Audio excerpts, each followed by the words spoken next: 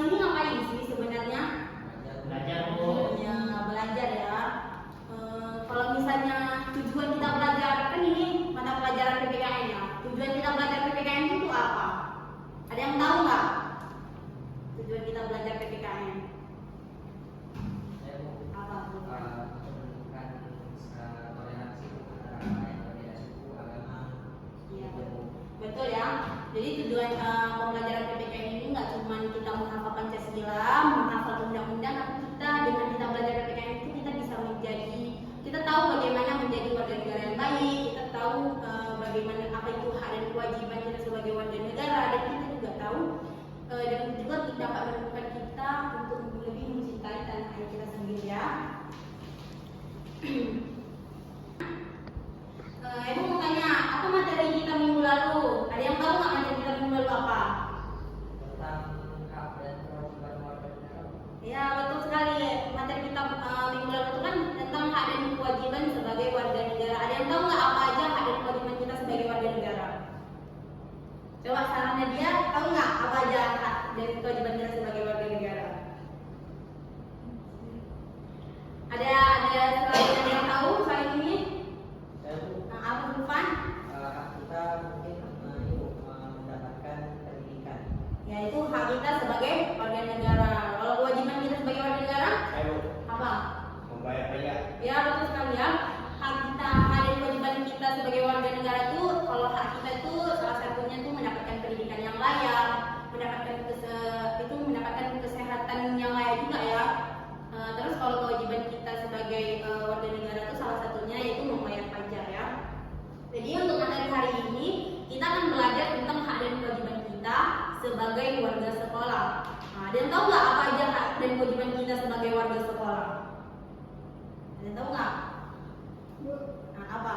kalau hak kita sebagai siswa itu mendapatkan fasilitas yang Baik. baik, Ya. sedangkan kewajiban itu kita harus belajar dengan sungguh-sungguh agar mendapatkan hasil itu. Ya, betul sekali. Tepuk tangan untuk Upi.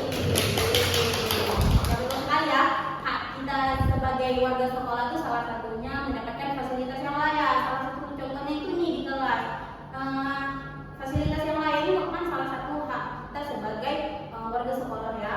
Dan juga kewajiban kita apa aja? Kewajiban kita salah satunya juga memenuhi tugas-tugas yang dikasih oleh gurunya, terus menjaga kebersihan kelas, seperti tadi membuang sampah pada tempatnya itu salah satu merupakan bentuk kecil kita sebagai kewajiban kita sebagai warga sekolah ya.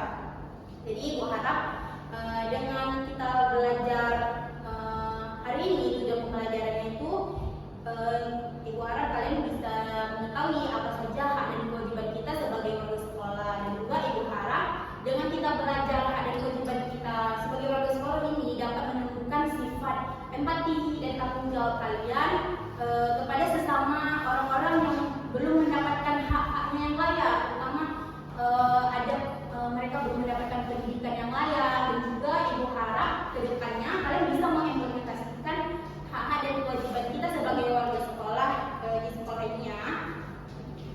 Baik, jadi setelah ibu jelasin tujuan pembelajaran ini, ibu mau kalian baca dulu materi tentang hak dan kewajiban sebagai warga sekolah dan masyarakat. Jadi setelah kalian baca, nanti baru ibu jelasin tentang hak dan kewajiban sebagai warga sekolah dan masyarakat ya. Bu,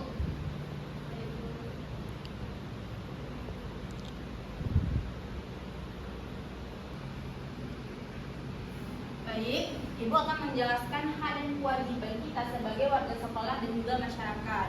Sebelumnya kita jelaskan dulu, ibu mau jelaskan dulu apa itu hak dan juga kewajiban. Jadi hak itu merupakan segala sesuatu yang harusnya dimiliki maupun diterima oleh setiap individu, sedangkan kewajiban itu merupakan sesuatu yang harus dilaksanakan atau ditunaikan oleh kita. Jadi pelaksanaan hak dan kewajiban ini harus seimbang. Apabila apabila kita melaksanakan kewajiban, maka kita akan mendapatkan hak, dan juga apabila kita mengingkari kewajiban, maka kita tidak akan mendapatkan hak. Jadi adapun contoh penerapannya pada prinsipnya itu hak dan kewajiban ini harus dilaksanakan secara seimbang. Pelaksanaan terhadap kewajiban akan menimbulkan pemenuhan terhadap hak. Contohnya, seorang guru yang melaksanakan kewajiban mengajar kepada peserta didik, maka dapat menimbulkan terpenuhinya hak peserta didik untuk mendapatkan pengajaran. Kemudian lingkungan sekolah dan masyarakat. Jadi Ki Hajar Dewantara ini menjelaskan ada tiga pusat pendidikan atau tripusat pendidikan, yang dimana tripusat pendidikan yang dijelaskan oleh Ki Hajar Dewantara itu ada tiga. Yang pertama ada dari keluarga, kemudian ada sekolah, dan yang terakhir ada masyarakat. Jadi keluarga merupakan lingkungan pendidikan pertama untuk seorang anak. Jadi keluarga tempat seorang anak tumbuh, dan keluarga ini sangat berpengaruh ya terhadap pendidikan seorang anak. Kemudian ada sekolah. Sekolah ini merupakan peran kedua, dia sebagai pembentuk kepribadian dan karakter peserta didik. Yang terakhir ada masyarakat. Masyarakat ini ada sebagai tempat lingkungan yang si anak peserta didik ini tinggal. Ada hak dan kewajiban peserta didik sebagai warga sekolah. Nah, kalian sebagai peserta didik, apa aja tuh hak dan kewajiban kalian? Hak apa aja dulu? Kalian sebagai peserta didik, apa aja hak kalian? Mendapatkan pendidikan, Kemudian terus perlakuan yang adil, mendapatkan infrastruktur yang bagus. Menurut kalian, perlindungan guru, kalau kewajiban apa yang bisa kalian lakukan sebagai peserta didik? belajar Bu, Kemudian? menaati nasihat guru dan kepala sekolah Bu. Ya, betul ya. Jadi hak peserta didik sebagai warga sekolah itu pertama mendapatkan pendidikan yang layak, kemudian mendapatkan fasilitas yang mendukung ketika kalian belajar. Kemudian ada kewajiban kalian sebagai warga sekolah itu yang pertama menaati nasihat guru ya. Apa yang dibilang oleh semua guru kalian harus taati. Tapi kalian apa yang dibilang itu berupa kebaikan ya. Belajar dan mengajarkan tugas dengan penuh tanggung jawab. Kemudian apa aja hak dan kewajiban kalian sebagai warga masyarakat? Yang tahu? Fasilitas umum Bu, Ya, lanjut. mengembangkan budaya, bakat dan juga minat, Ya, betul. Adapun kalau kewajibannya apa aja?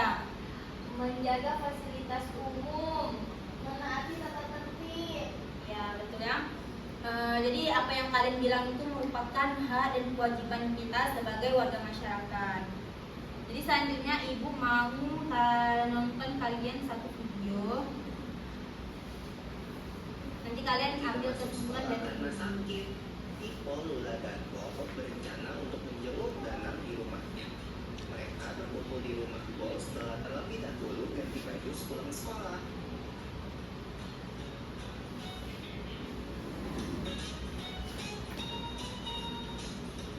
Bu, maaf ya aku terlambat.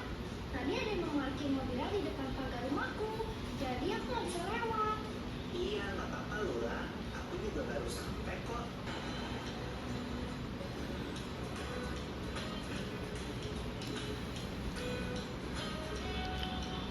Jadi trotoar karena dapat mengganggu aku jalan kaki.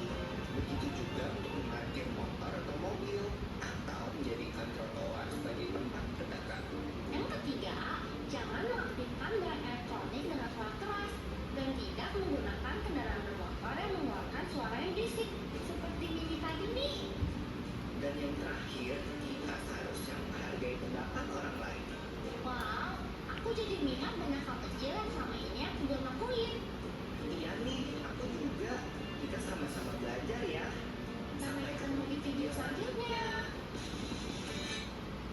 Nah, dari video yang kalian lihat, ada yang bisa ambil kesimpulannya? Ada Bu, saya. Ya, apa? Video ini menyampaikan pesan bahwa sebagai warga negara atau anggota masyarakat kita tidak bisa memilih hanya sisi hak saja, tapi tanpa memikirkan kewajiban. Demikian pula menjalankan kewajiban saja tanpa mempertimbangkan hak orang lain atau hak kita sendiri juga tidak cukup.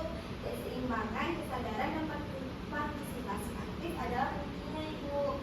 Ya, betul ya.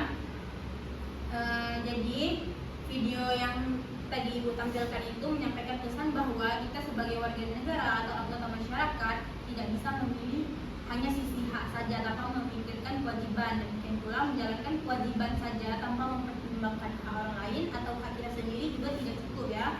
Keseimbangan kesadaran dan partisipasi aktif adalah kunci untuk pemenuhan hak dan juga kewajiban. Jadi untuk dari semuanya itu Ibu mau kalian buat 2 kelompok. Ibu akan beri kalian lembar kerja untuk kalian kerjakan. Nanti setelah kalian kerjakan nanti kalian akan presentasikannya. Ini Ibu. Ini satu kelompoknya. Ini satu ya.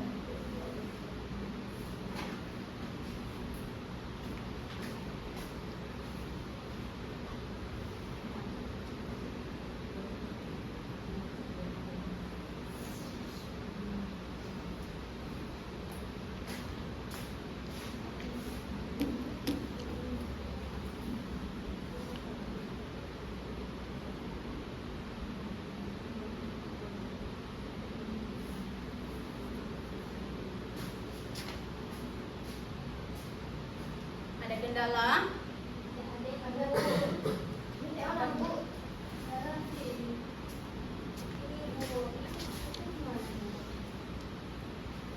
Jadi nanti kalian baca dulu kasusnya, terus nanti kalian jawab dari pertanyaan di bawah ini ya.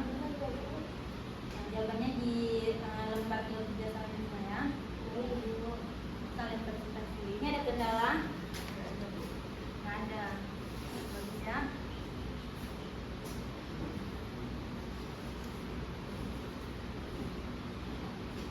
Siap semuanya?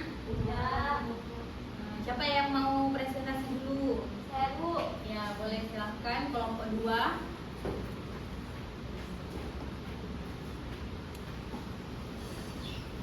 Baik, saya di sini sebagai perwakilan dari kelompok 2 ingin menjawab pertanyaan dari analisis kasus yang ada di AKBD ini.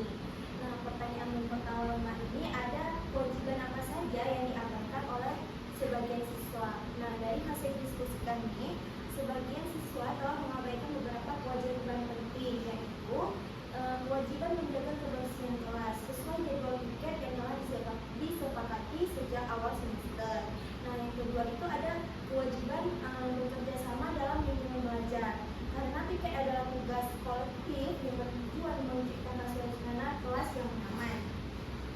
Yang ketiga itu adalah mengabaikan kewajiban mematuhi aturan kelas dan induksi guru, sebab sistem piket ditetapkan sebagai bagian dari tata tertib kelas.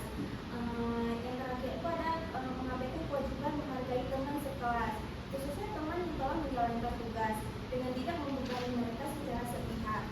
Nah, yang pertanyaan kedua ini ada bagaimana perasaan siswa yang selalu bertanggung jawab.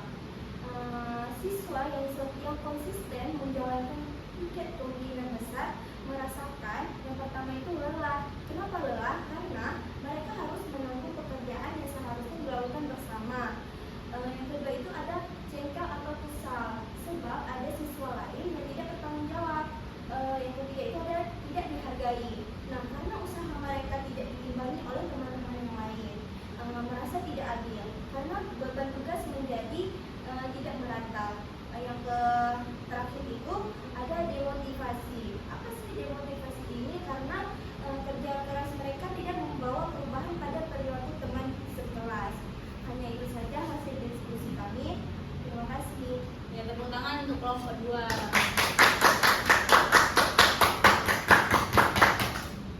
Selanjutnya Ibu persilakan untuk kelompok 1. Terima kasih kelompok 2.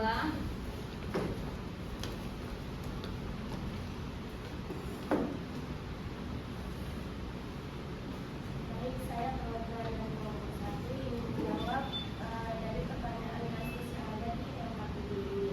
Pertanyaannya yang dimana identifikasi hak-hak apa saja yang tidak didapatkan di dalam kasus ini. Nah, di dalam kasus ini ada beberapa hak peserta didik yang tidak didapati oleh didik. Yang pertama itu hak untuk mendapatkan layanan fasilitas